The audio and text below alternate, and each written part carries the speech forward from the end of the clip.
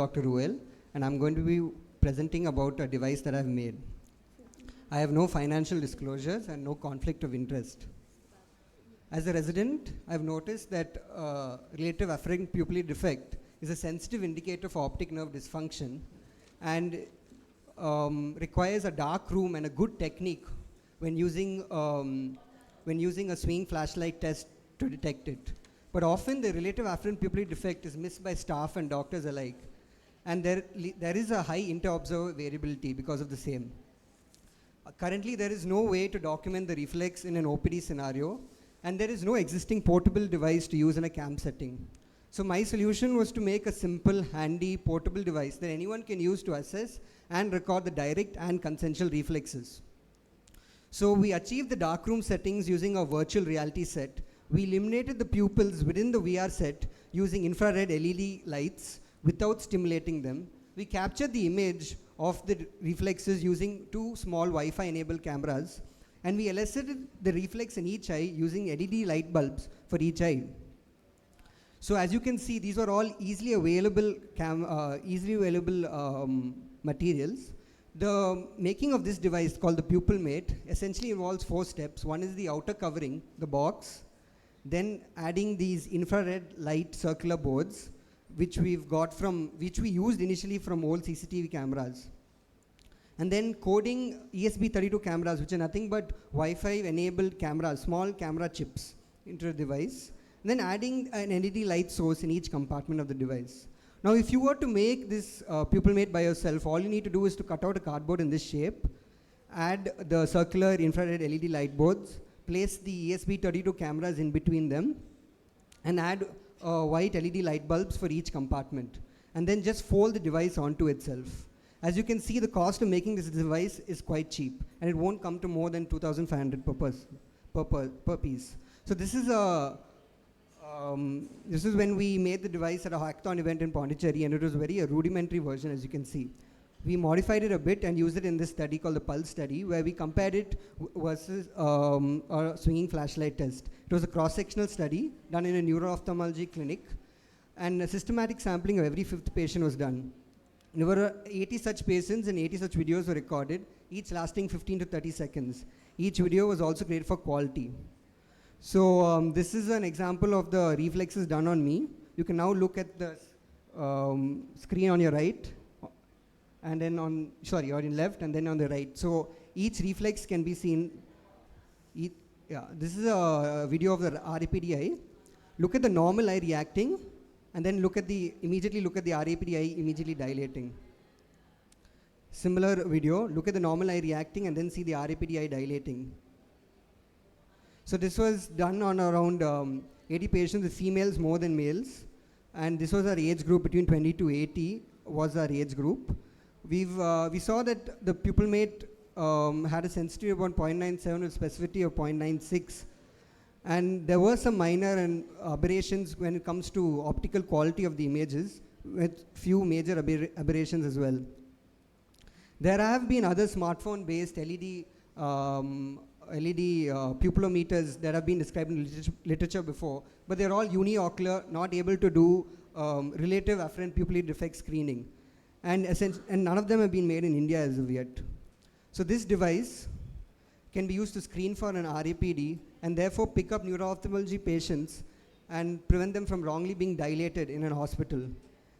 And you can document an RAPD at the first visit and document for medical legal purposes as well, just like a fundus camera.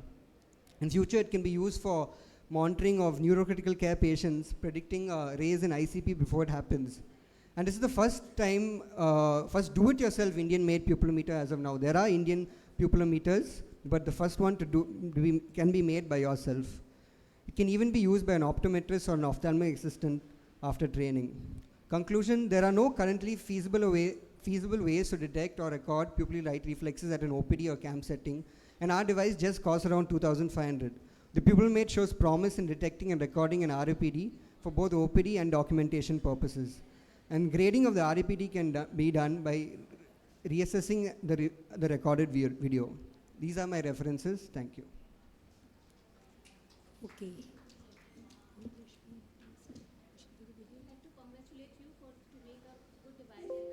But the resolution of the pictures which you showed were not very good, like Yes. which you see with the naked eye. Yes. So what extra advantage do you think? You can even record with a smart camera with little magnification as such, and which you can see after the recording. So how do your device add more to whatever we are doing at present? Because you are not able to pinpoint, mark it, measure it in your device, right? Sorry? You will not be able to measure the amount of Yes, reaction. as of now, right? we can't measure the amount in this version. In our future versions, we're planning to use a better processing software, something called a Raspberry Pi. This is because of the frugal nature of the device that limits the applicability of measuring and grading using neutral density filters. But hopefully in future future versions, we're planning to incorporate the same. Secondly, when you're using uniocular pupillometers, when you switch from one side to the other, the light conditions will change. You won't have optimal lighting conditions. Your timing of the switch can change. All of this is unstandardized, and therefore a binocular pupillometer like the one I've shown is much better. And what about the light? Source of light is quite focused one, or it's a quite diffuse? It's just one The LED. stimulus light you said, no, that's a white light you use for the stimulation. Yeah, It's a focus light or it's a diffuse light? it's a diffused light.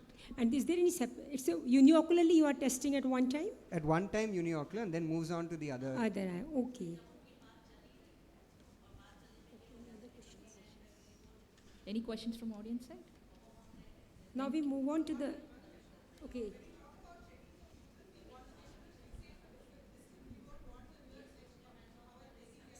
Yeah, so I'm asking, yeah, so essentially that is definitely a drawback, but essentially I asked them to look straight. It's a closed box and it's black. So there's nothing to fixate on. It's all dark inside. So they technically will be looking into distance and convergence won't be affected. Will they not focus on the light? That one, like. Yeah, maybe. But then the light is located laterally, so that technically won't cause a constriction. So And patient would be looking at a distance. It's open, anteriorly. no, it's a closed box. So then accommodation factor would be there. The near reflex would be there.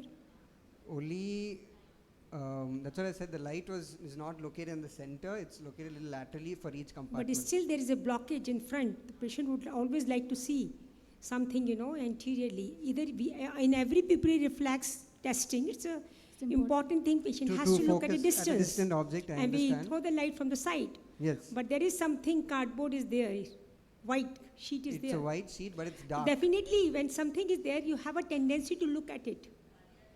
I So should have make brought the something, it should not be there. There will be proximal convergence which will come into Yeah, picture. definitely. And there will be some people Okay, maybe. because of that. And patient would like to accommodate definitely. So that factor has to be considered. Okay? Yeah. I think we move on to the next person. Thank you. Because we're already getting so late. It's Dr. Karthik. Yeah.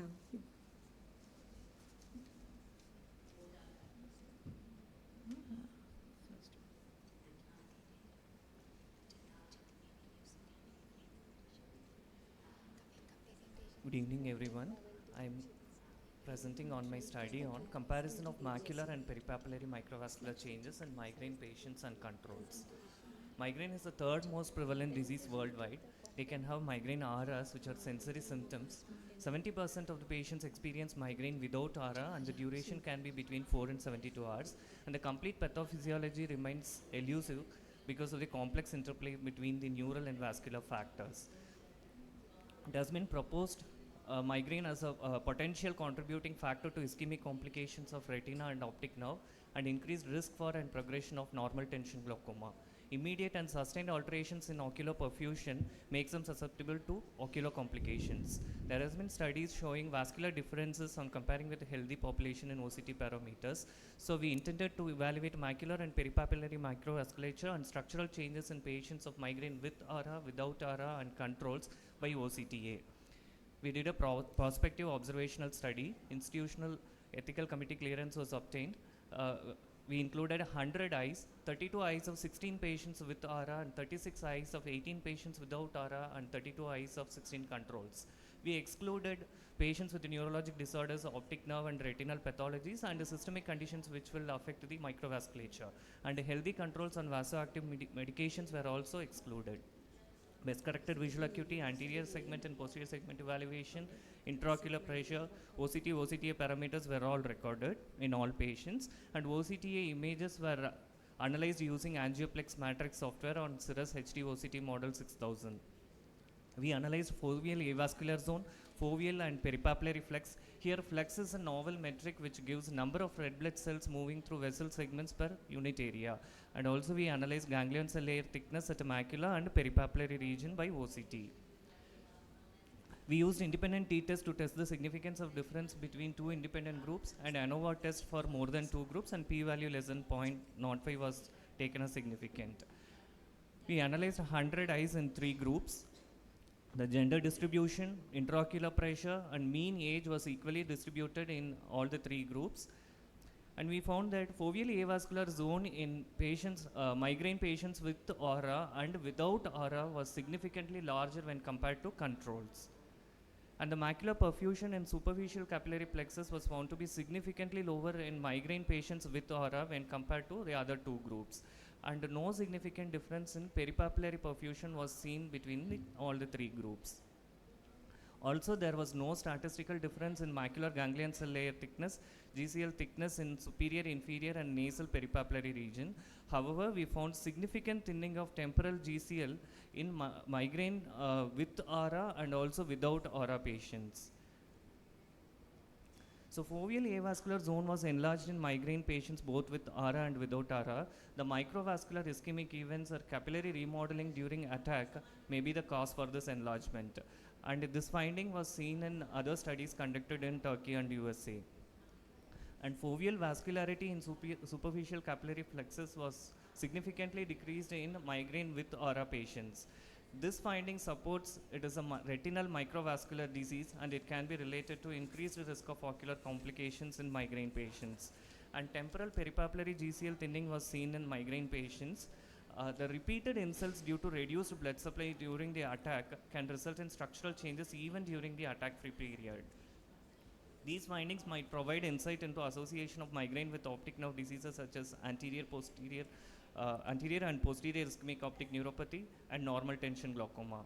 Majority of studies have shown structural and microvascular changes in aura patients. However, in our study, FAS enlargement and temporal peripapillary GCL thinning was equally significant in migraine patients without aura as well.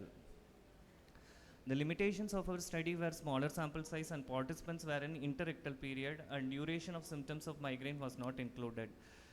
To conclude, there was significant FAS enlargement and temporal GCL thinning in migraine patients with and without aura, and there was reduced foveal vascularity in migraine with aura patients compared to other 2 groups.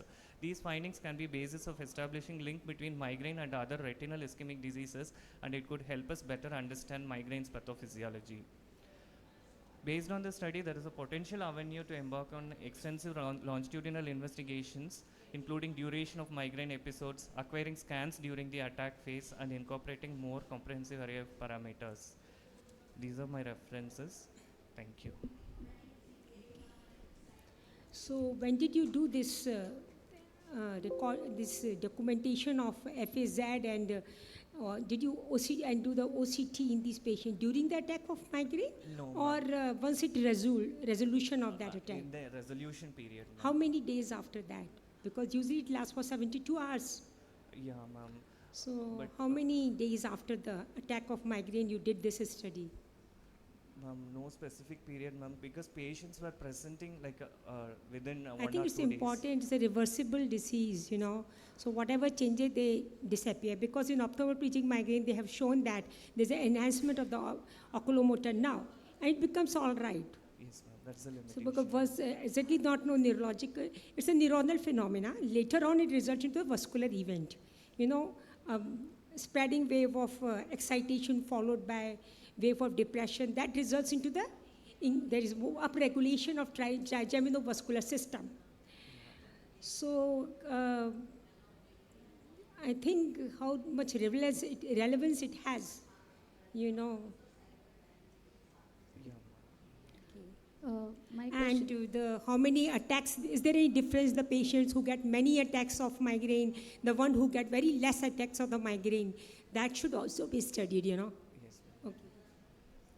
Okay. My question to you is like when the patient complained of the aura symptoms, what symptoms did you find in your study? Which specific aura complaints? Scintillating scotomas, ma'am. Scintillating scotomas. In what time frame did you collect all these 18 patients of aura? In how many, months or whatever? How Most m- patients were presenting within days, also within weeks, many patients. Nee, So what is like, the time period of your study? 2 months, ma'am, we did. In 2 months, you got 18 patients of aura patients. Aura, yes, ma'am. Difficult to get. Yeah, it's difficult very to get, difficult you know. to Common migraine is much more common than Than classical migraine. present. Okay, that's a good attempt. Okay. Thank Thank- you, ma'am. Any other question? Oh, So I have one question for no? you, sir. Okay. So you told that migraine is the third prevalent disease Ma'am. worldwide. The first slide. Third more prevalent disease, ma'am. So among all the diseases, that is the third most prevalent. Most prevalent. Okay. So do you have any disc suspect? Did you rule out or you included in your group? You have talked about IOPs. All the groups had intraocular pressure, Yes, but you ma'am. didn't talk about the disc suspect or glaucoma suspect. Ma'am, we excluded all retinal glaucoma and suspects. Glaucoma suspects, ma'am. How foveal avascular zone is related with AAON or NTG? Your finding is foveal avascular zone is less. Foveal avascular zone, ma'am, and also peripapillary GCL thickness was Only temporal GCL thickness. GCL thickness was less, ma'am. Okay, thank you. Thank you, ma'am. Now we move on to the next. Yeah, we move on to the next topic. I think the next presenter is Dr. Gyan, Dr. Sadma Iqbal, optical coherence tomography in patients of neurodegenerative diseases.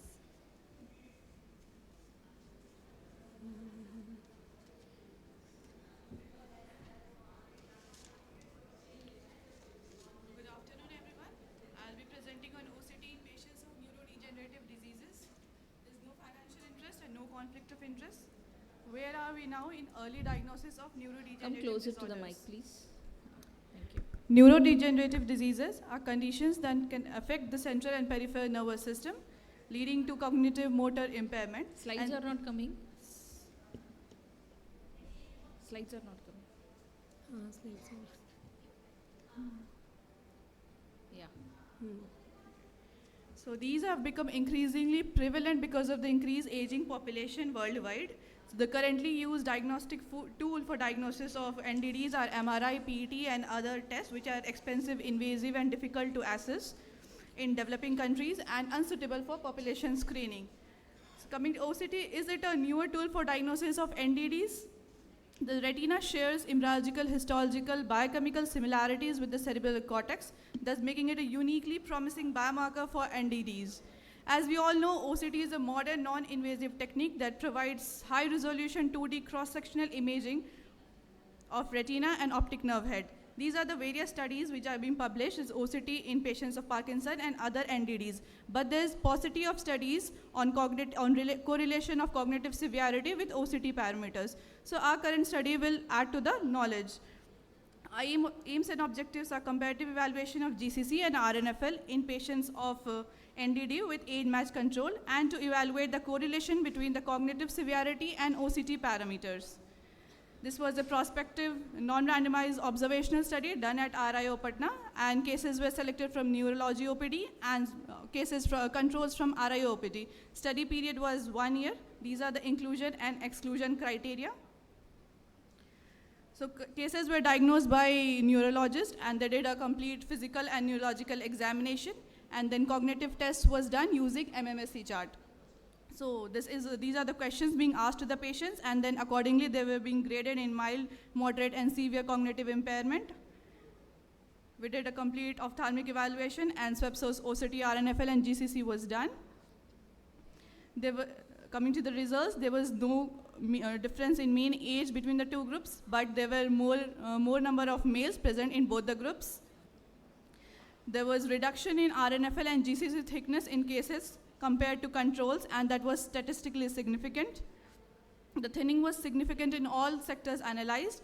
Our results of study corresponded with the results of Enzerberg et al. And Verghese et al., which also showed significant thinning in RNFL and GCC in cases compared to controls. This is a paper on retina as a window to the brain, which shows there is perifoveal dopaminergic plexus deterioration in patients of PD, which leads to the thinning of the RNFL. We found a positive correlation of MMSE score with RNFL and GCC thickness. Similarly, Khanna et al. Found positive correlation between the two. So to conclude, NDDs are devastating conditions with insidious and relentless progression.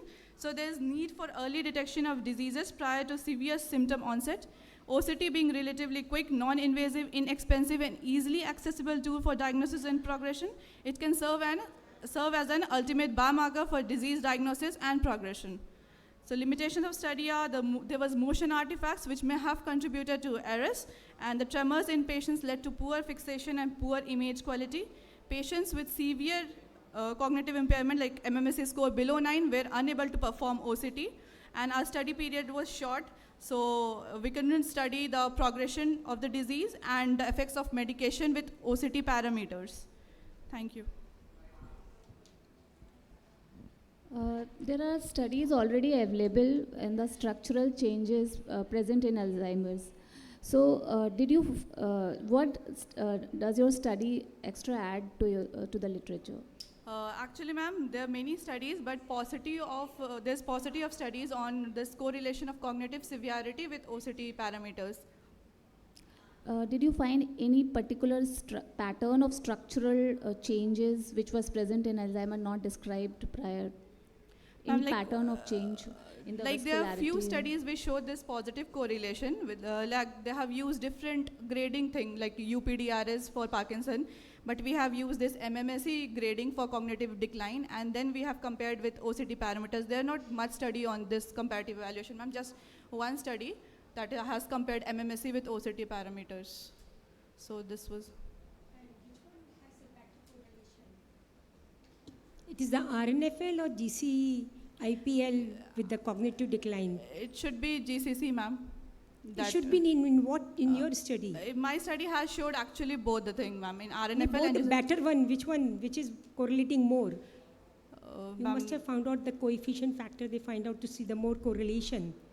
We didn't see that, check for that, ma'am, but we have found both. There was reduction in both the thing, and that was thinning statistically in both, significant. which has a more thinning and was more correlating with the fall in the cognitive function. In cognitive severity, ma'am, more GCC, we found cognitive correlation, but you didn't show the correlation table. Positive correlation more in GCC, ma'am. Okay. And you use the mini-mental scale. This is a very crude way of assessing the cognitive function. It's a scientific work. You should have used a better scale for assessing the cognitive functions. Yeah, many other things are available, ma'am. Mini-mental you do in OPD, just quick. Sorry, ma'am? Mini-mental you use in the OPD, OPD just neuro for the OPDs. quick assessment of the neurological overall status of the patient. Okay. Yes, ma'am. Ma'am, 80 patients and 80 controls. Not mentioned it in the slide. So, which all diseases have you covered? Because your study period was very short. Yeah, it was short. So we have included Parkinson's disease and Alzheimer's disease and mild cognitive impairment patients. But then you have, like in the title, you have written neurodegenerative diseases. Other diseases are also included, no? Yes, ma'am. But most and of the patients are were not common in India. Yes, most of them were Parkinson's patients and rest were Alzheimer's. We'll move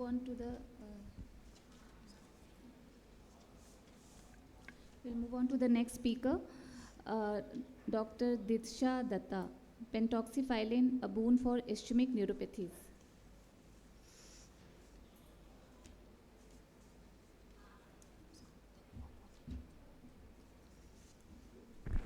Good afternoon, respected judges and people.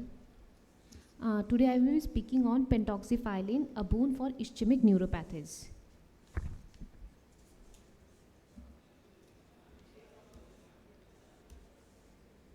Yes, optic nerve. Optic nerve is responsible for transmission of visual information from the retina to the brain. It is basically composed of axons of the ganglionic cell layer of the retina and continues up to the optic chiasma. It is basically a outpouching of the diencephalon and covered in meninges and bathed in CSF. Thus, it is not a nerve actually, it is a white matter tract or extension of the white matter of the brain. And arterial supply is derived entirely from the branches of the ophthalmic artery via the posterior ciliary arteries. Now, anterior ischemic optic neuropathy is damage of the optic nerve head, precisely speaking anterior 1 mm of the optic nerve, which is caused by alteration of its blood supply. AION as such is divided into two categories, mainly arteritic blockage with inflammation and non-arteritic blockage without inflammation. The first type is common mainly in old age group above 50 years of age in 5 to 10% and is responsible for 5 to 10% of AION, total AION cases. Non-arteritic occurs in younger age group and accounts for 90 to 95% of the cases recorded.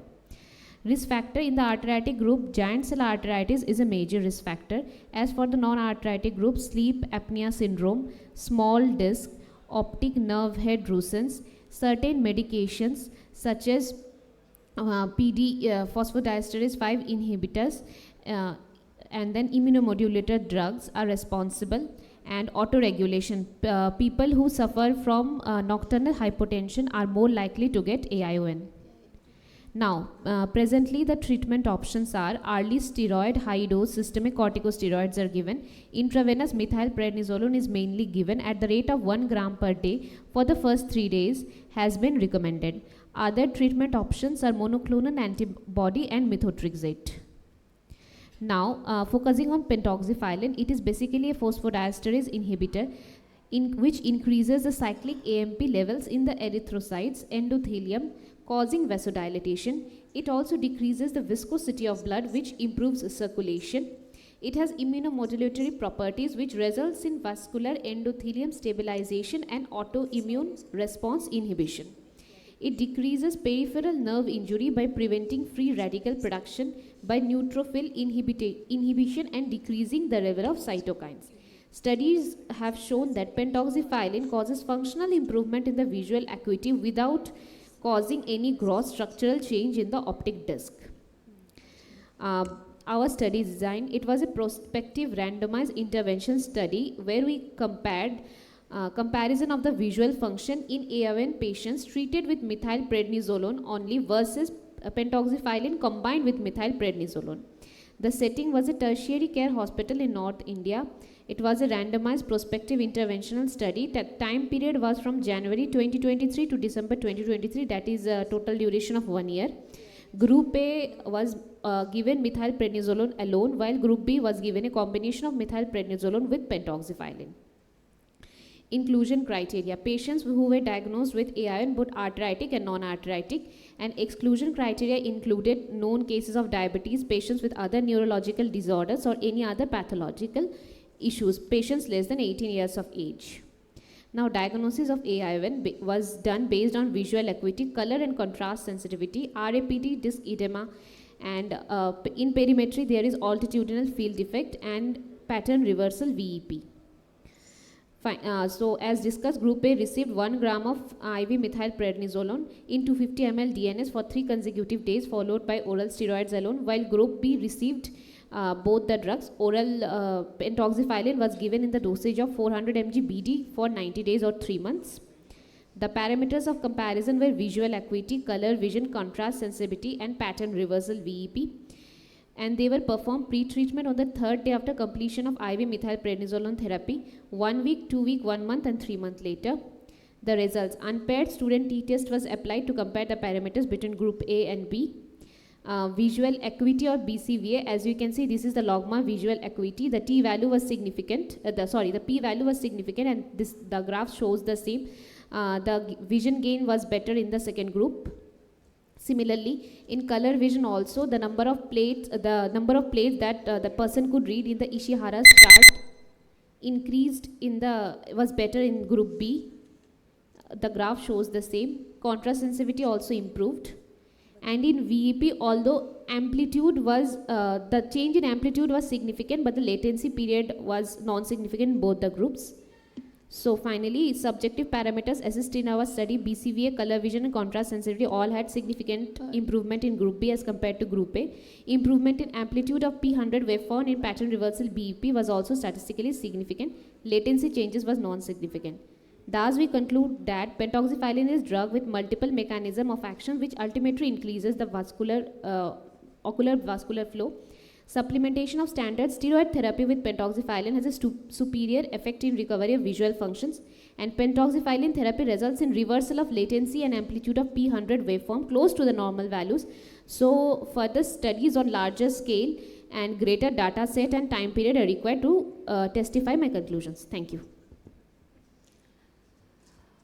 I have a couple of questions for you. What dose of pentoxifylline did you use? Ma'am, 400 milligram BD for 3 months or 90 days.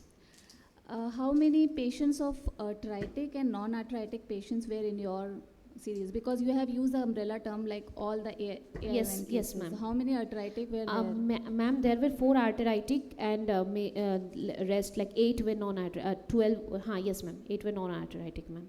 Mainly were non-arthritic cases. 4 only we got So arthritic. is there any role of IVMP in the NAION? Pardon, ma'am? Is there any role of IVMP in NAION? Ma'am, actually studies say that it does not produce any such effect, but then ma'am, in our center we used to give methylprednisolone. So we thought that because methylprednisolone as such was not producing any effect. Your cases were randomized, one was arthritic. Yes, ma'am. You do not know which cases went on No, which no, side. ma'am, we just did a simple randomization. And arthritic has a very small window period in which the IVMP occurs. Yes, Maybe you yes, were able ma'am. to, you can save the other eye, Yes, not ma'am. the eye which has been Yes, ma'am. affected. So how your results will be Yes, more- ma'am, that we did not do, we just randomized it like that. Because in claudication also, in which the pentoxifylline is generally used, Yes, ma'am. it is said that it doesn't have a very superior role. Yes, ma'am. So I think it has to be taken with a pinch of salt. Yes.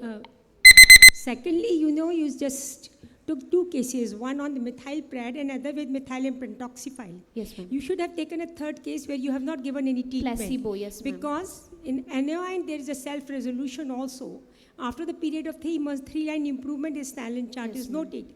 So there might be the patient who improved spontaneously. Yes, ma'am. How would you exclude out that possibility? Yes, ma'am. So I think you should have made 3 groups. 3 you groups, know. okay. ma'am. And steroid did a very controversial role. It's not a very strong role over there. No, like it's not a well-established one. Yes, You know, ma'am. there are the patient, there are the people who are small series are there. He says it is very effective, but he has not done a control study also. ma'am. So it's not a very scientifically a good proof. You know, so okay.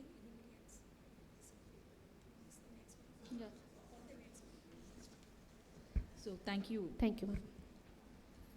So I would like to call Dr. Ravi Vaishnavi for the next presentation, please. On assessing retinal blood flow in multiple sclerosis using OCTA.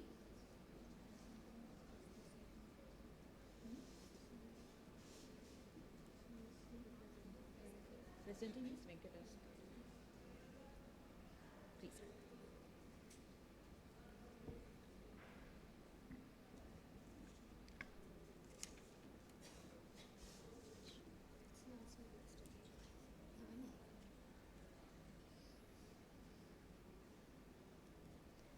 Good afternoon. I am Dr. Venkatas VRD, presenting my paper on assessing retinal Please blood keep your flow mic down. in multiple sclerosis patients using OCT angiography and enhancing Sai, ONH, Closer to the mic. enhancing optic nerve head damage detection. As we all know, multiple sclerosis is the most common disabling neurological disorder of younger adults, occurring in the age group of 20 to 40 years. Optic neuritis, mainly retinobulbar neuritis, occurs in 80% of the patients with multiple sclerosis, but a very little is known regarding the retinal perfusion changes in them. The impact of multiple sclerosis on optic nerve anatomy is conventionally assessed by fundoscopy and function by visual acuity, fields, and color and contrast sensitivity. We are using OCT angiography, which is a relatively newer non-invasive fast imaging modality, taking high-resolution images of the retinal and the choroidal microvasculature. Our aim of this study is to detect anatomical and functional retinal blood flow changes in multiple sclerosis patients with or without optic neuritis using auxiliary investigations like OCT with angiography. The optic nerve head flow index gauges the area caliber of major retinal arteries, including vessel density and flow velocity within the capillary network. Compared to traditional fluorescent angiography, the flow index offers the advantages of deep optic nerve head perfusion and laser Doppler for a larger coverage area. Several previous studies have shown a decrease in vessel density in patients with glaucoma. In our study, we have assessed 30 patients with multiple sclerosis and 30 controls. They've all undergone a visual acuity, color vision, IOP, and detailed anterior segment evaluation and fundus evaluation. We have done an OCT and OCT angiography for all the patients using Cirrus HD spectrum domain Octa. The vessel density was further calculated using ImageJ, Fiji software, and using appropriate plugins. The flow index was further calculated with vessel density and the blood pressure of the patients and IOP. These are the angioplex images that we obtained from OCT angiography. We further processed our images into binary, and we used the plugins appropriate which were available in the software, and skeletonized our images and calculated the vessel density further.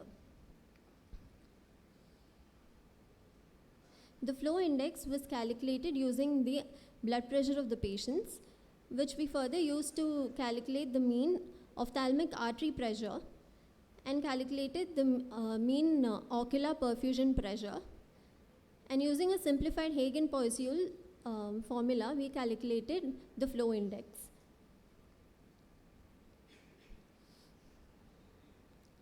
Here we have seen a significant decrease in vessel density in patients with multiple sclerosis with or without optic neuritis in the intrapapillary, superior and the inferior peripapillary area. There is a maximum decrease seen in the intrapapillary, followed by the superior, followed by the inferior peripapillary areas. And we also noted that there was a reduction in the flow index in multiple sclerosis patients with or without optic neuritis, but the decrease was more seen in patients with optic neuritis than without optic neuritis.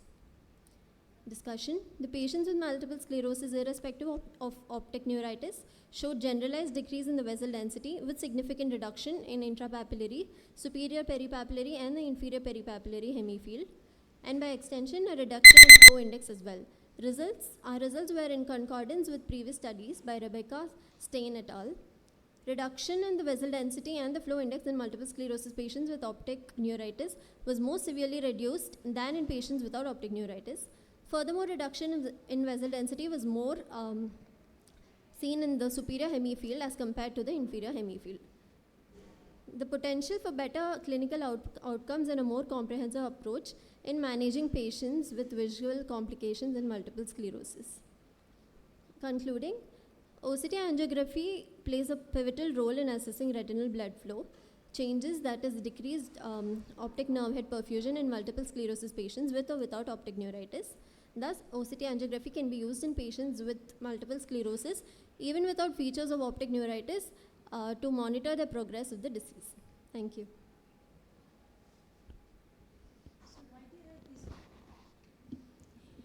Why there is a change in this blood flow in these cases of MS? Why these vascular changes are there, What is the cause of it? This was mainly seen in the patients with optic neuritis, ma'am. Why they have this? Because it's a demyelinating disorder only. Demyelinating disorder. So why these vascular changes are occurring in these patients? And if we think it might be optic atrophy, then you should have taken the patients who have recovered vision, who have not recovered vision. Because once disuse atrophy is there, naturally the blood vessels count of capillaries goes down. So one constant criteria is there, assessing the primary optic atrophy. So what is the reason of it, and should have assessed with the visual outcome also. Yeah, we have assessed with the visual outcome as well, ma'am. Did you do it? Yes, ma'am. Visual acuity was also measured. No, but you didn't mention it. Yeah. Those patients with have a... We have done a detailed ocular examination for all. No, what about this, those where the count was less, Yes, ma'am. and the one where there was, all the patients, they had a less count? Peripapillary blood vessels and that flow also, all the patients, they have a less, or? Not all, ma'am, but Some a of the majority patients, of them. so you should have seen the one where it was not there, what was the visual outcome in that, Okay. and the one where it was less, what was the visual outcome in that. That would have been better message would have given to us. Thank you, ma'am.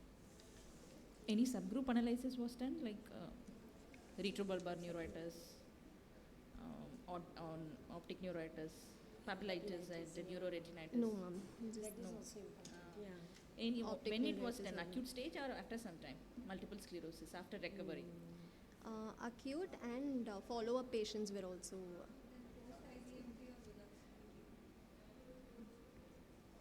Steroids? Before giving it. Thank you. Now we move on to the next speaker, Dr. Aditi Yadgiri, Clinical and Radiological Findings in Cerebral Visual Impairment.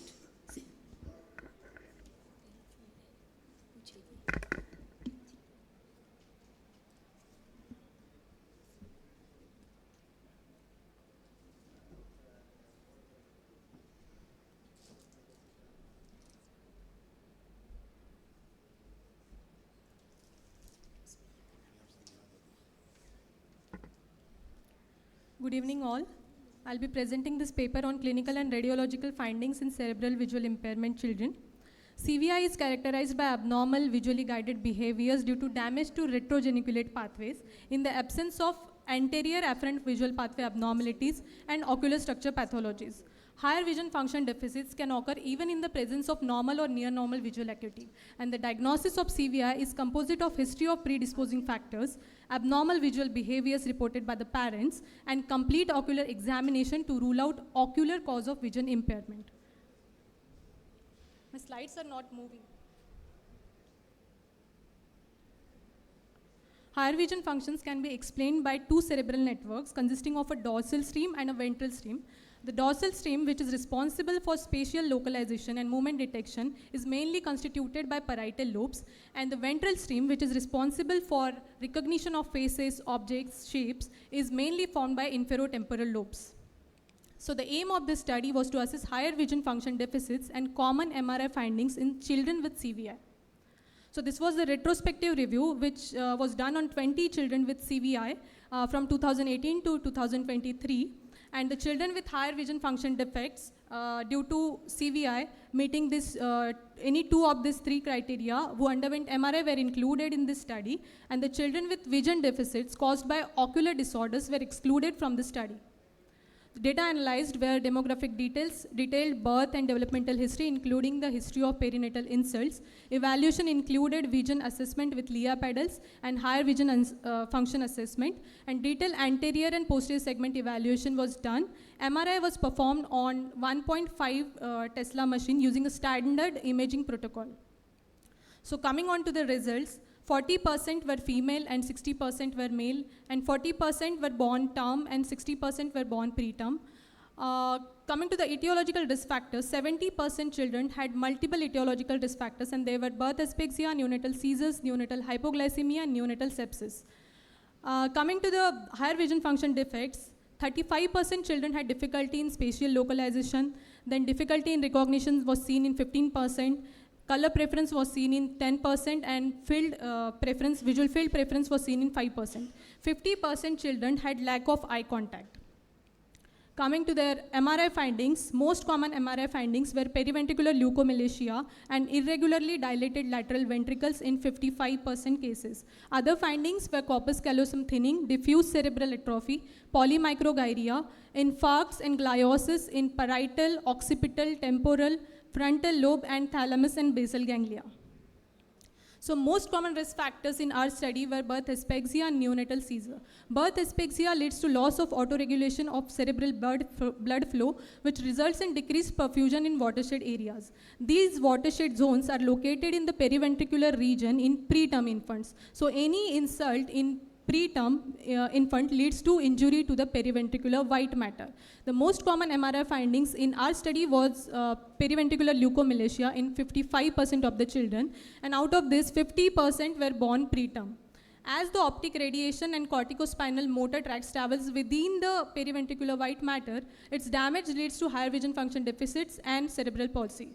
While in term infants, the watershed zones are located more towards the periphery, so parasagittal cortex is more commonly affected.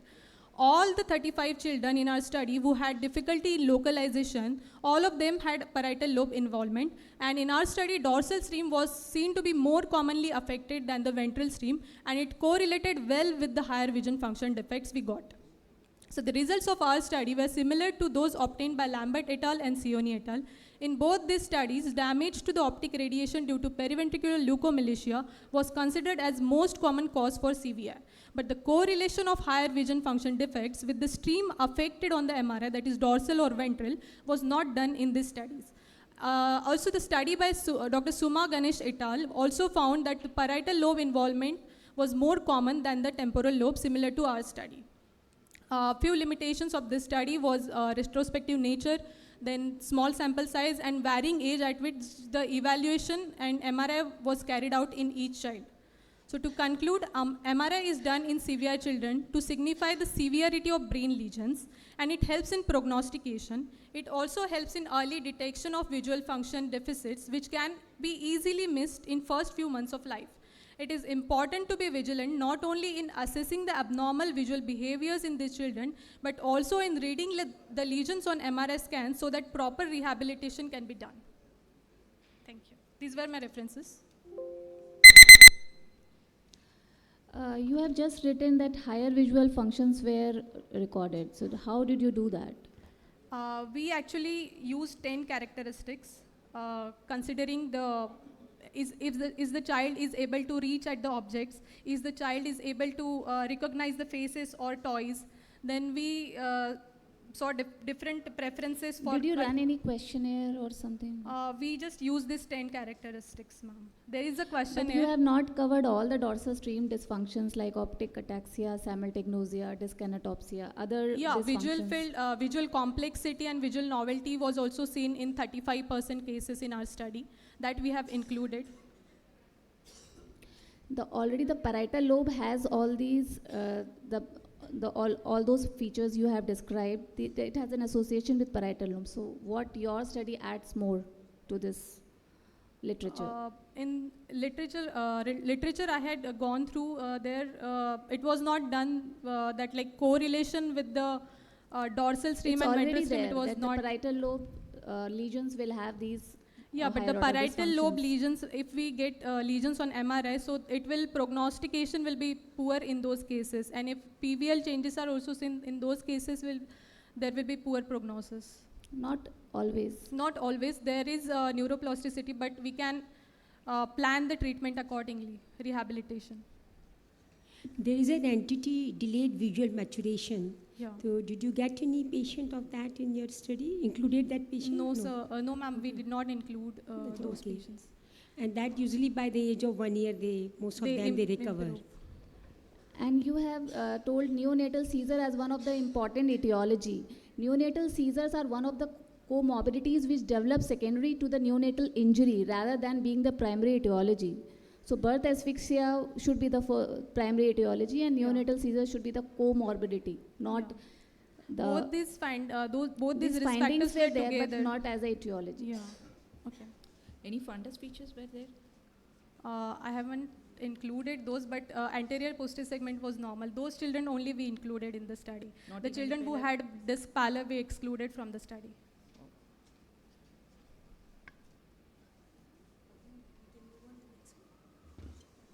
Thank you. And it is by Anusha Arvind.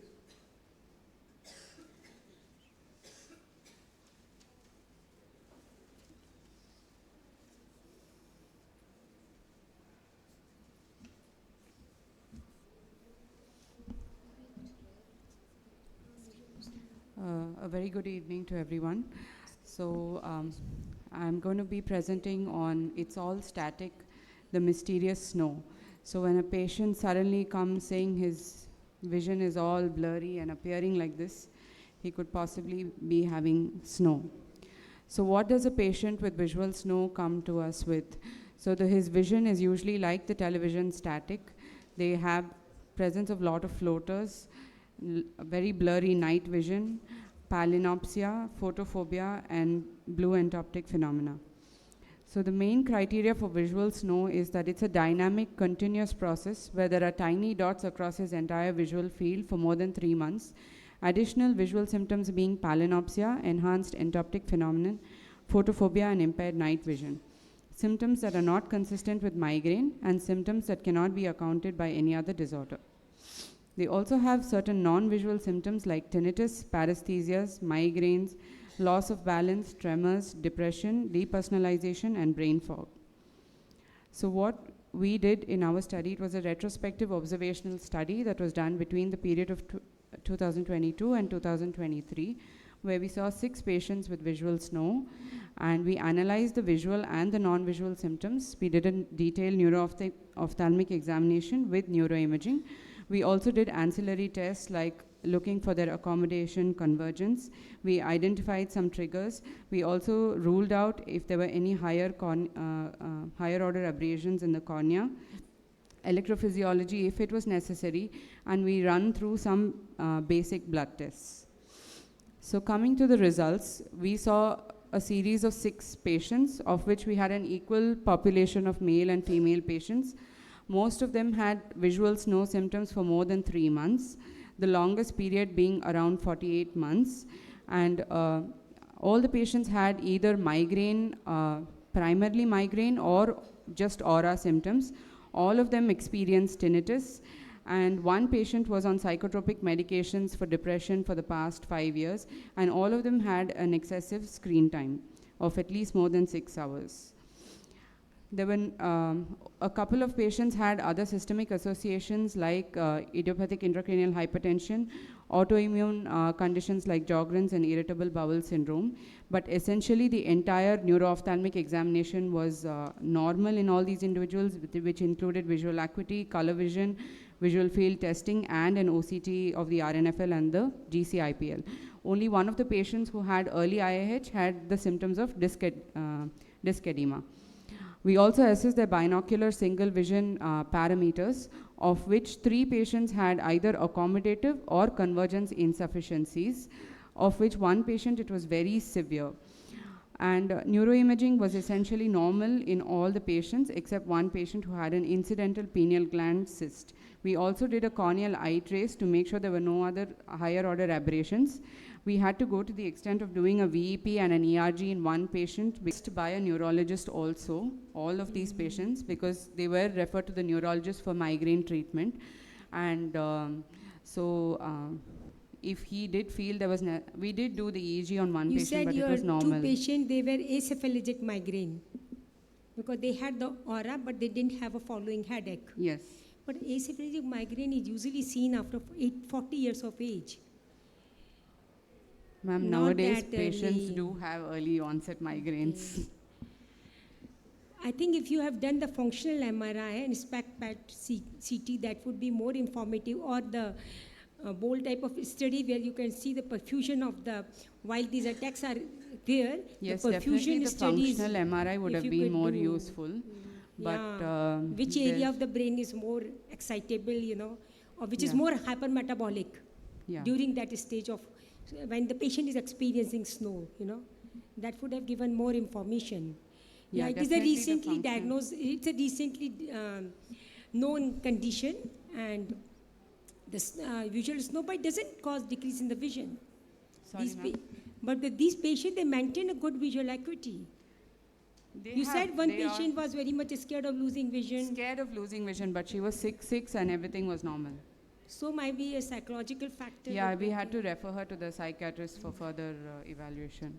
But also psychiatric medications can worsen snow. Precipitate that. Yeah. Thank you.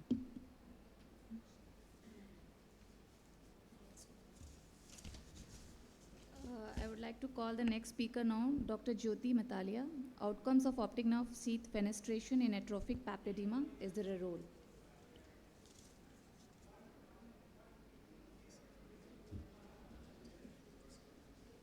Can you put on the slide? Yeah, good evening all. So we know that raised ICP causes papilledema, which can cause severe and significant visual loss, and hence the treatment is to reduce the ICP irrespective of the cause. And sometimes an optic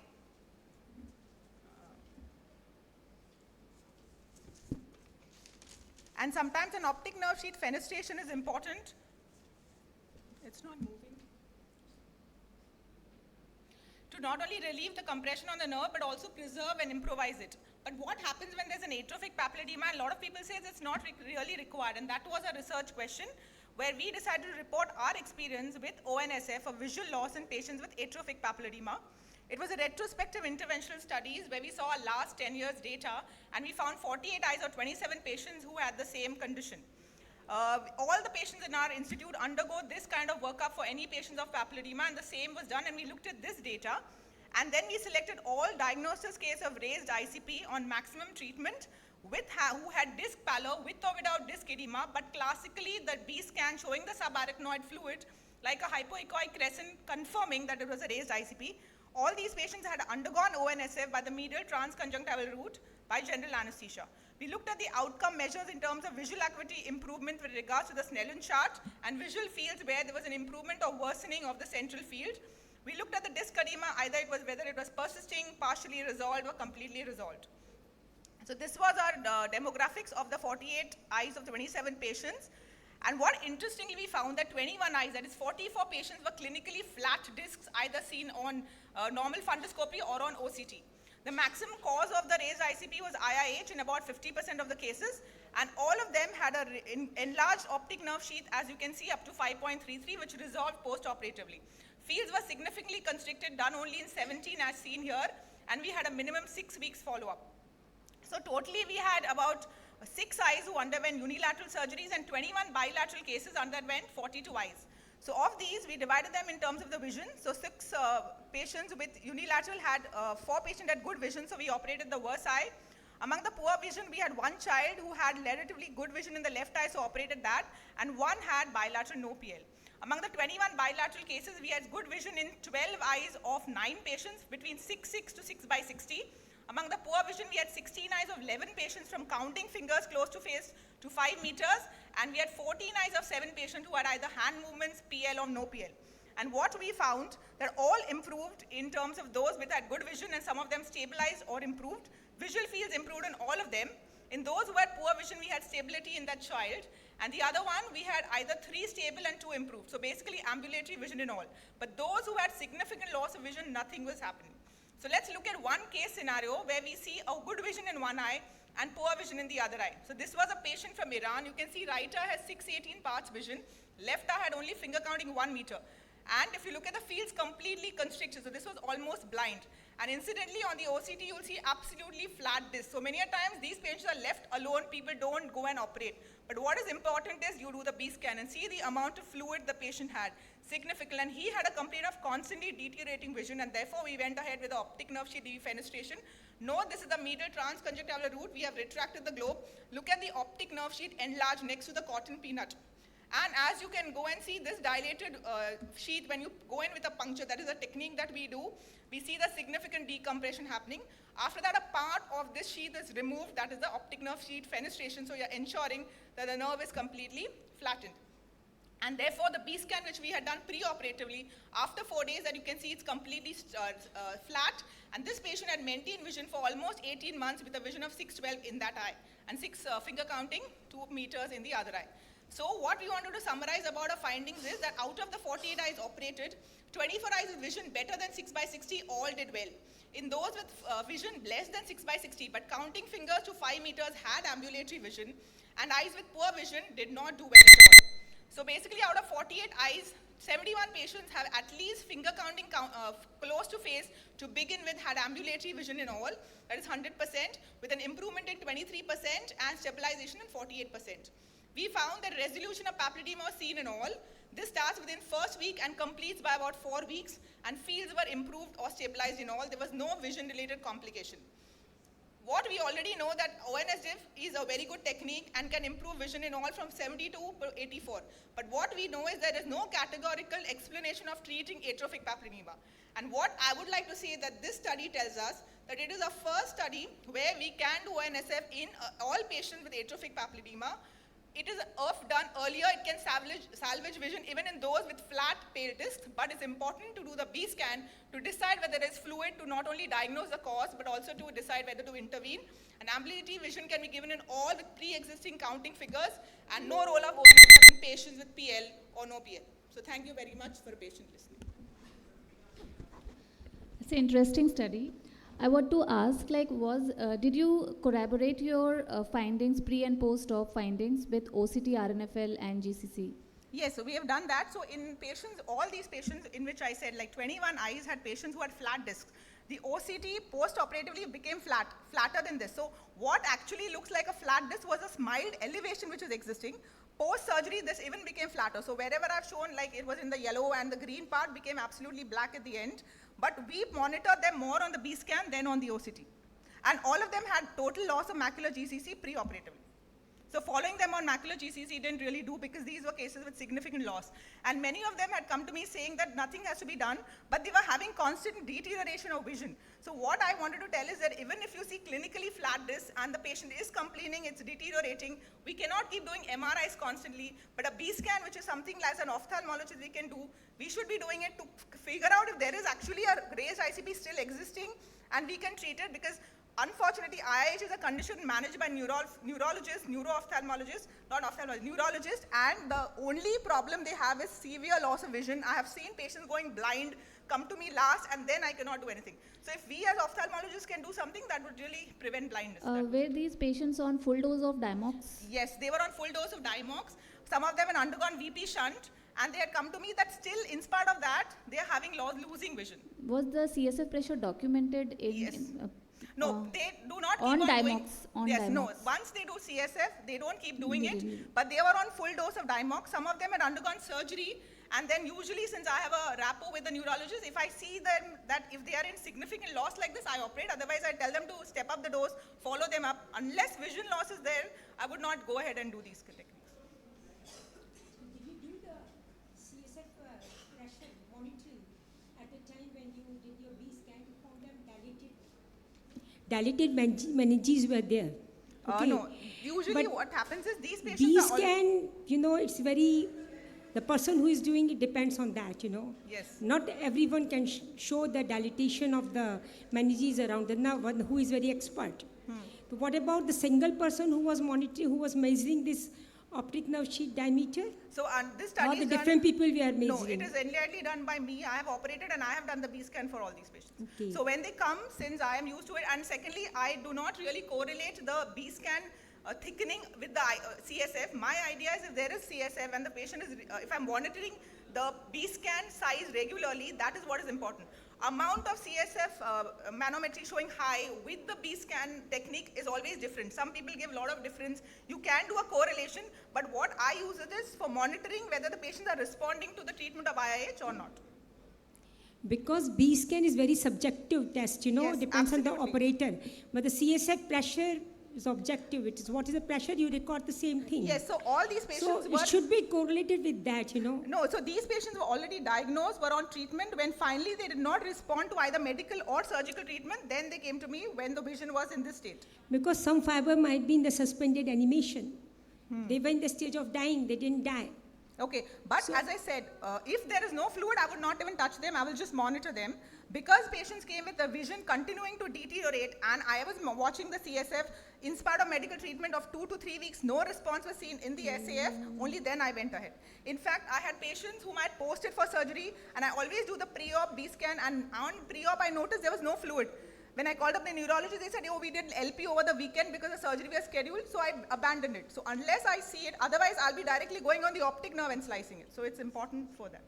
I think better study would be, not the better one, another study would be just to see the effectiveness of the shunt and the optic nerve sheath fenestation in IIH cases. Okay. And just see which is the better method, you know. Is the shunting or this shunt failures are more common, you have to repeat them. And optic nerve fenestation is superior in, that would be, another study would be fine. Okay. Yes. Nice Thank you. presentation. Okay. Now I would like to call Dr. Pooja Hingorani, distribution of ophthalmic causes of headache among patients presenting to a tertiary hospital.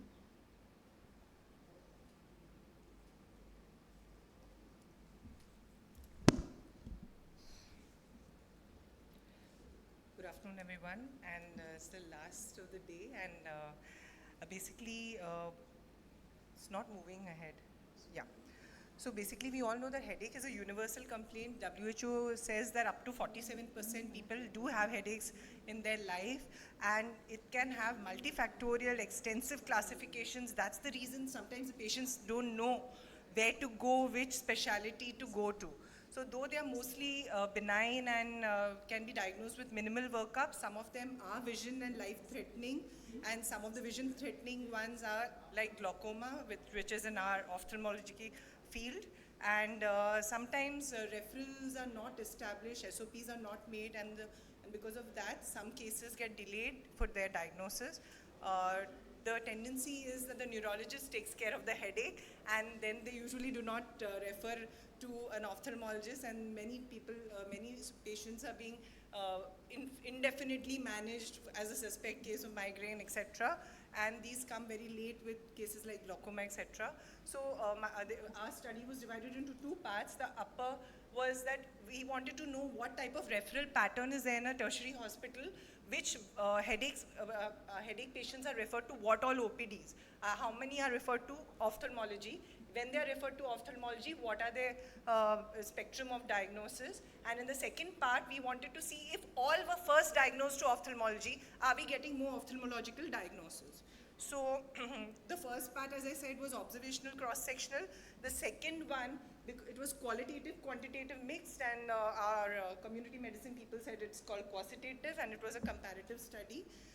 So the inclusion criteria were there should be new patients having headache as primary symptom, and we had three forms of getting the patients. One was through the screening OPD, one was directly online, the patients would register, and we had no control over that, and the third was through another OPD, referred through another OPD. The exclusion criteria were old patients or known glaucoma patients, and so we had, we started this off as a pilot study. So we had the existing pattern of referral followed by an interventional part where we wanted all to be first referred to ophthalmology. So this was what was done. Initially they were referred to any department, and those who were felt to be ophthalmological diagnosis were further referred to ophthalmology. In the second part, which is blue, they were all referred to ophthalmology, and when we didn't have an ophthalmological diagnosis, we referred them to other departments. So in the first phase, we saw, of course, a slight female preponderance. 4% of the total patients coming to the screening counter of our hospital had complaints of headache, and this was the referral pattern. Only 17% were referred to ophthalmology, most of them to medicine. So these were the three. They were self-registered and directly through screening, or those went to screening to other departments and were referred to us. So this was the first week, the first phase. This was a distribution of the patients who came to us in the ophthalmology OPD. Amongst the first set, those come from screening. 75% had an ophthalmological diagnosis corresponding to all the blues. And amongst those patients who referred themselves, 68% had an ophthalmological diagnosis. And of course, the patients who were referred from the other doctors, all of them had an ophthalmological diagnosis. This was in the second phase where only 3% of the total OPD patients had headaches, but they were all sent to ophthalmology, and from ophthalmology we had to send them to these OPDs. This was the comparative of both the weeks of the patients we got. In the screening, those who came from screening, 52% had an ophthalmological diagnosis. We had to refer the others.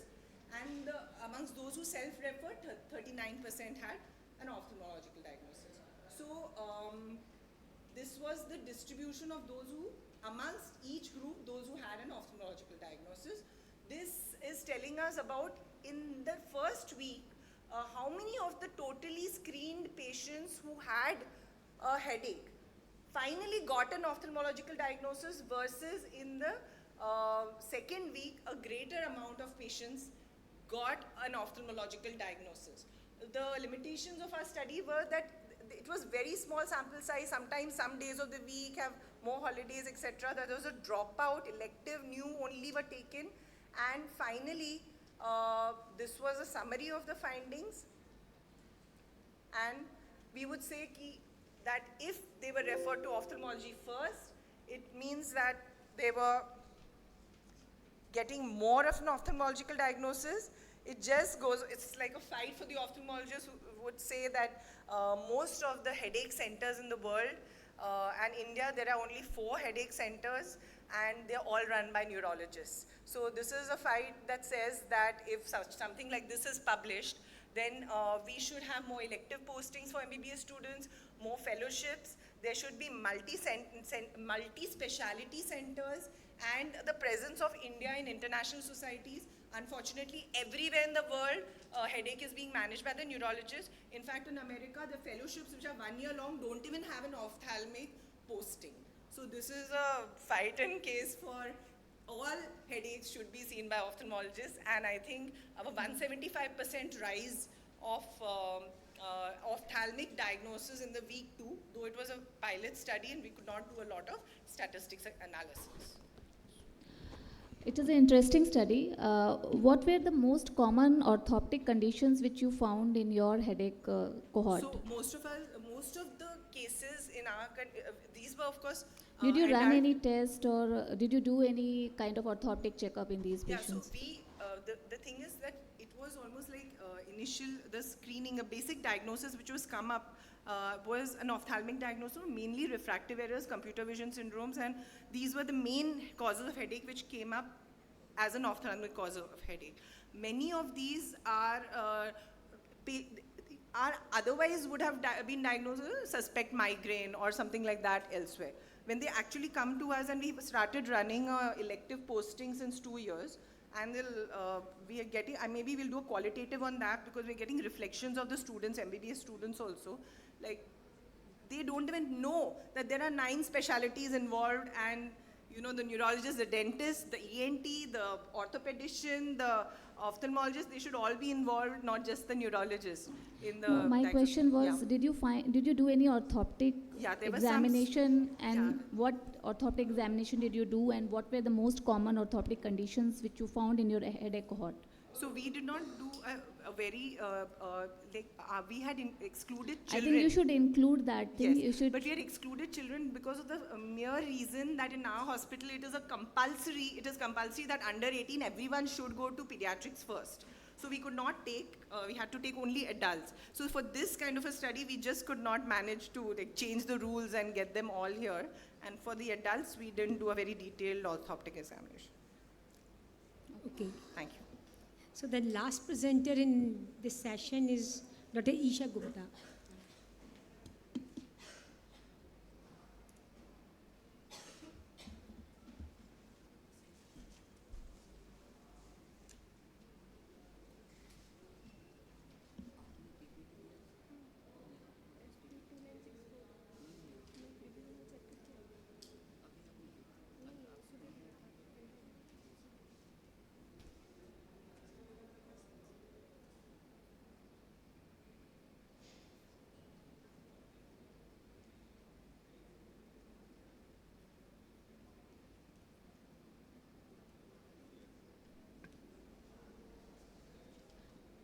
Any questions from audience to the speakers? Meanwhile, Jyoti ma'am, I have a question for you. Is there any improvement in fields?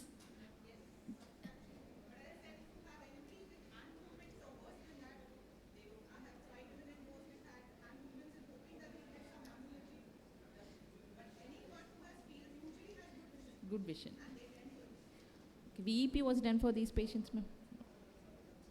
Will it add any value?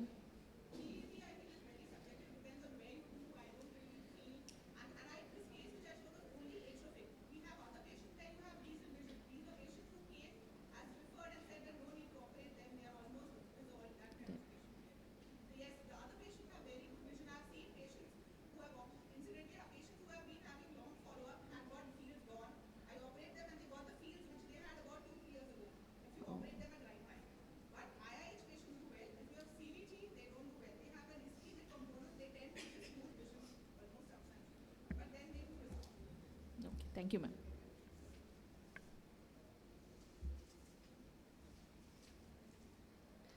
Good evening. Good evening. Thank you for this platform. Here I am with my 3 cases of juvenile double seronegative ocular myasthenia gravis, decoding diagnostic dilemmas. All due consents were taken from patients to display their data and pictures. Our first patient was a 6-year-old girl with asymmetrical variable ptosis, good vision, good LPS action, positive Cogan slit width sign, positive ISPAC test, and easy fatigability. But she was orthophoric with no diplopia. Our second case was a 5-year-old girl who came for second opinion as she was advised strabismus surgery elsewhere. Her mother complained mainly of a fluctuating diplopia by the end of the day. She had intermittent exotropy of 30 PD, defective convergence. We made her sit in the OPD for the whole day, and at the end of the day, fatigue precipitated both diplopia and mild ptosis. Our third case is an 8-year-old boy who was operated by us for convergence insufficiency intermittent exotropia. And on 3-month follow-up, he came with a 20 prism diopter of exotropia, which was comitant in nature, and a mild ptosis, which was not present before. ISPAC test was positive, and easy fatigability was seen. So, suspecting ocular myasthenia gravis in all 3 cases, we had sent them for further investigations. But all 3 children came negative for serological test of AChRA antibodies and MuSK antibodies. Also, their CT test was normal with no thymic hyperplasia. So, we were in a fix. Is it ocular myasthenia gravis or a masquerade? So, we went back to our clinical diagnosis. All 3 cases were positive for ISPAC test and fatigability. Also, there was variability in ptosis or ophthalmoplegia. So we did repeated nerve stimulation test. The first 2 children did not cooperate, but the third child had a positive RNS test. Then we administered oral pyridostigmine, and all 3 kids improved. Hence, we clinched the diagnosis, a therapeutic diagnosis of double seronegative ocular myasthenia gravis. So here I would like to say that ocular myasthenia gravis in children is very rare and the prevalence is unknown, especially the double seronegative type. So we have to be very careful and suspicious of such cases. Our diagnosis is mainly clinical. Here the pyridostigmine therapeutic test is probably the mainstay of clinical diagnosis along with other signs. These kids respond well to oral pyridostigmine, although neostigmine can be given, but it requires parenteral dose. Steroids may initially help, or steroid-sparing drugs like rituximab and tacrolimus may be an option in recalcitrant variants. Thymoma is very rare in double seronegative cases, and there is no supporting evidence of thymectomy. So these cases require a long follow-up over the next at least 5 to 10 years. None of our 3 cases have turned true seropositive over the course of 1 year that we have observed. All are maintaining good vision with no amblyopia, still maintaining an oral pyridostigmine with acceptable variation due to viral illness once or twice a year with no residual ptosis or strabismus. There are possible ophthalmic outcomes which can complicate such cases, like amblyopia, strabismus, or stable ptosis. Double seronegative cases have lesser chance of turning to a generalized myasthenia gravis, but they do turn into seropositive cases over 2 years at a rate of 41%. So we have to repeat the serological tests every year. Our limitations were only 3 cases we had seen over a short course of 1 year. We did not do any genetic testing or muscle biopsy to differentiate. We could not see the triple marker, that is LRP4, and we did only conventional serological methods, not the newer cell-based methods. Lessons we learned: If there is variability, always call the child back for multiple visits, especially if you're planning a surgery. Rule out any paraneoplastic syndromes and always rely on your clinical diagnosis, especially in case of prepubertal children, because none of the tests may come positive in these cases and they still may have ocular myasthenia gravis. Positive serological and electrophysiological tests only confirm the diagnosis, but their being negative do not exclude it entirely. So always suspect the unlikely in case of variability. Thank you.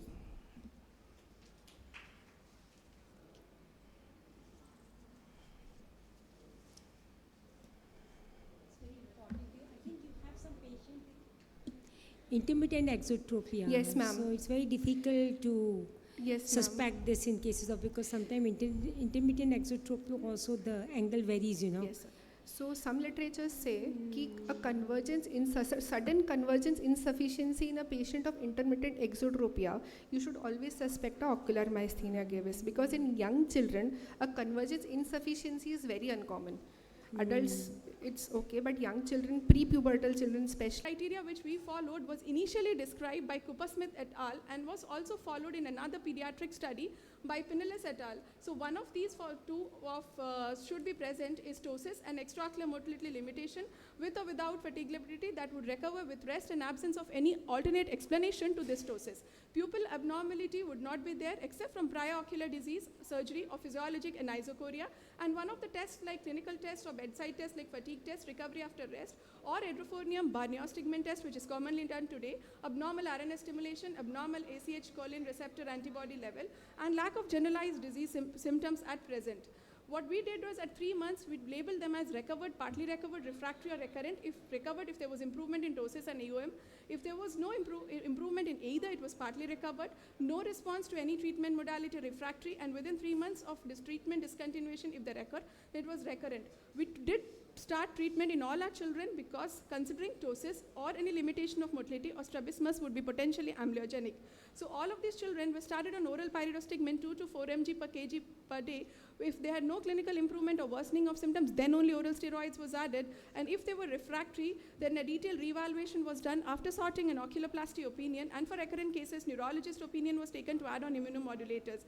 We had 10 males and 11 females with a follow-up of 6.7, 6 to 9 months of age range, and age of onset was 8.1 plus minus 4.9 years. Most common presenting complaint was ptosis, where clinical tests were positive in more than 50%, and majority of them responded to pyridostigmine. What we found was the most common extraocular motility limitation was elevation limitation. Neostigmine test was positive in 67%, but anti-ACH receptor antibody was 28.6%. Repetitive nerve stimulation test was not done, and MRI brain had no lesion. HRCT thorax did not reveal any thymoma in any of our patients. So treatment given, as I discussed, was alone pyridostigmine, which did show resolution in majority.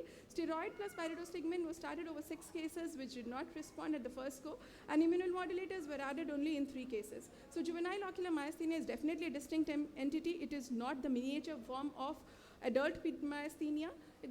Early suspicion and prompt management is necessary to enhance complete recovery. A thorough follow-up is necessary to know that there are chances of generalization. Once OMG does not develop systemic features by 2 years, they can be labeled as ocular myasthenia. So what is known in literature from the West was that most of them were in prepubertal age group before 5 years, and there was a preponderance in females. However, in our series, they were marginally older children.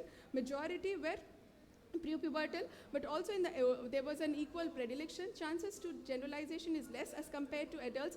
Only one patient generalized within 6 months. They had equal response to pyridostigmine, but we didn't add steroids, and ptosis and stabilization of ocular symptoms.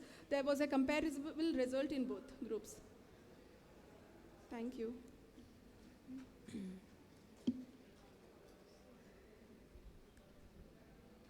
So in the pediatric group, there is less need of steroid and immunosuppression also, contrary to the adult one. Yes, ma'am. The only limitation is we have a 6 months follow-up. And few of them have 1 to 2 years. Only 3 patients of mine have, like this patient whom I have described in the case, has around 1 year follow-up now. So we have not yet started him on immunomodulators. He was not there on steroids and has been doing well on pyridostigmine. Any other autoimmune disease associated with that? Because sometimes myasthenia gravis patients, they have associated autoimmune diseases also, but it was not there. Not there, ma'am. For all of them, we haven't done a neurologist opinion but considering them as myasthenia as the only diagnosis, they have been doing well. And all of them, this eyes test and fatigue test was positive. Yes, yes. So you didn't find the need for EMG. No, no. Okay. Okay. We followed them first at 2 weeks, then after 1 month, then after 2 months, like that. How was the treatment changing? Tapering after 3 months. If we have decreased the dose of pyridostigmine after 3 months only, is when they have actually stable, were stable for a long time.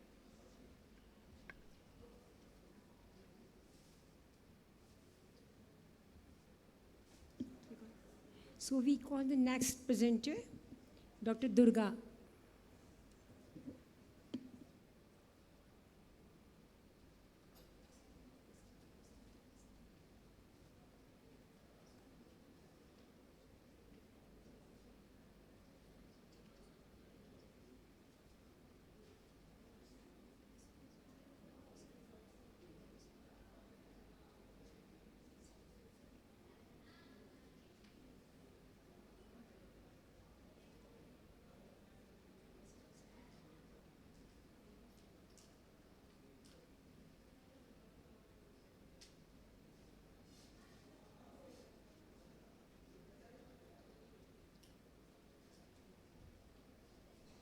A very good evening, everybody.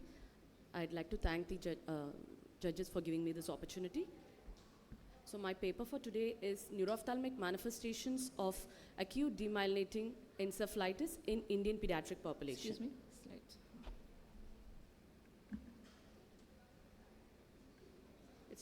It's not moving, sir. So ADEM is characterized by encephalopathy with multiple CNS demyelination, and its diagnosis is based on clinico-radiological correlation and exclusion of conditions that mimic ADEM. So the objective of the study was to analyze children diagnosed with ADEM presenting with neuroophthalmic manifestations. So we looked into the data between June 2018 and May 2023. We included children less than 17 years of age who had presented to a neuroophthalmic clinic with acute and previous history of ADEM and did not fulfill the diagnostic criteria of MS, and who had come for follow-up at least once post-treatment. The sample size was 14 patients. It was a retrospective analysis, and the following data was collected. All patients were treated with IV followed by oral steroids. There was a female preponderance, 64% of them were female. The mean age of presentation was 8 years. Mean follow-up duration was 37 months. And we noted that 8 out of the 14 patients, that is 57%, had presented first to the ophthalmologist. And the remaining 6 patients were referred by neurologists to the ophthalmologist for opinion. Looking into the clinical characteristics, viral prodrome was noted in 8 out of the 14 patients. Mean interval between the ADEM and the visual symptom was noted to be 30 days, and the most common neuroophthalmic manifestation was optic neuritis. The most common ADEM symptom was noted to be headache. The mean vision on presentation was logMA 1.1, but still in the last follow-up, the mean vision or mean visual outcome was logMA 0.4, and the p-value was significant. And all patients had MRI brain and orbit, and MRI brain showed ADEM-like lesions in all the 14 patients, and MRI orbit showed T2 signal in 12, and 2 had contrast enhancement, and MRI spine was done in 4 patients, out of which 3 had hyperintense signal. And this is a MRI of a patient, one of a patient who had ADEM-like lesion with optic neuritis. 9 out of the 14 patients had undergone both NMO and MOG antibody, and 4 patients had undergone only NMO antibody, and 1 patient did not undergo both NMO and MOG antibody. We noted that 5 of them were MOG positive, none of them were NMO positive, and seronegative. Both NMO and MOG were negative in 4 patients, and 4 patients NMO were negative, but their MOG status was unknown. And this group where MOG status was unknown, they were all classical ADEM followed by optic neuritis with a good visual prognosis. And the other group, the seronegative group, 1 patient was classical ADEM followed by AN, followed by optic neuritis, but the other 3 had a varied presentation. I've tabulated them here. 1 patient had presented with paraplegia secondary to myelitis, and we noted that all 3 of them had a very poor visual prognosis in the last follow-up. We noted that 6 out of the 14 patients had relapse in either the form of optic neuritis. 5 had optic neuritis and 1 had a recurrent ADEM. The average relapse interval was noted to be 3.7 years, and 2 patients had relapsed within 2 months, and obviously these 2 patients had relapsed when the oral steroids were tapered. MOG antibody was noted to be positive in 3 out of these 6 patients who had relapsed, and 4 out of the 6 patients had residual ophthalmic symptoms either in the form of visual impairment, persistent field loss, and pupil abnormality. And all these patients who had relapsed had escalation of the treatment, and they were put on maintenance therapy. Moving on to the discussion, ADEM is a rare polysymptomatic demyelinating event which can present with vision loss secondary to optic neuritis and encephalopathy, which can manifest as headache, behavioral change, alteration in consciousness, or even lethargy. There's a slight male preponderance in ADEM according to literature, but our cohort had a female preponderance. The probable reason could be the association of pediatric optic neuritis with females. And the most common neuroophthalmic manifestation in ADEM was optic neuritis, which is very similar to the data published so far. And current studies have also noted that ADEM-ON is a distinct clinical entity.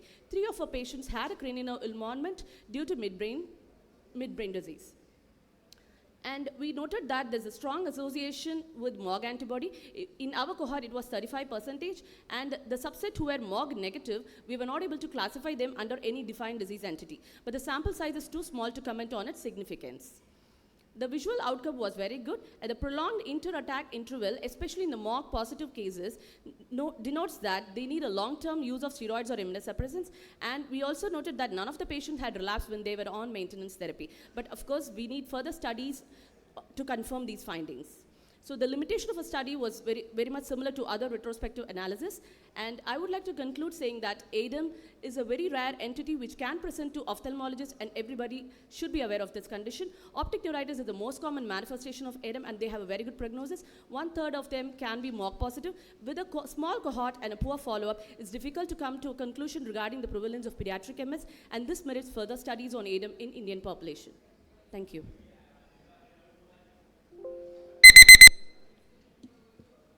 So how many patients of ADM who presented with the optic neuritis, later on they manifested encephalopathy? Yeah, ma'am. We had 8 patients. 11 patients were optic neuritis. And we noted that 8 of them had presented first to the ophthalmologist, that is vision loss. They didn't have any associated neurological symptom at all? Retrospectively, on asking the history, on the file, we saw that they either had headache, some lethargy, a month back, 3 weeks back, a viral prodrome, those were noted. And then the MRI was done for optic neuritis, which picked up ADEM-like lesions. Multiple then we had referred to the neurologist for treatment. Is this pre-COVID or post-COVID era? No, this was 2018. Yeah, this was during the same time. During the same time. Yeah, 2018 to 23, maybe slightly before the COVID also. Those vaccines? One patient had a vaccination history, only one of our patient, which was a measles vaccine.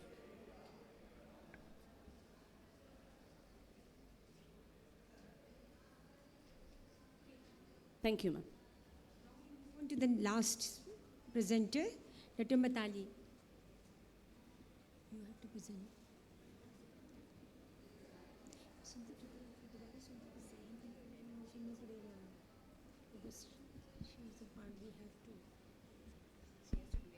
She's the winner of the last one. So that will be the repetition. Should we do it? I think already we have heard you, listened to you. So I don't think there's any sense of representing it. Okay. So the last meeting I gave her 100 marks.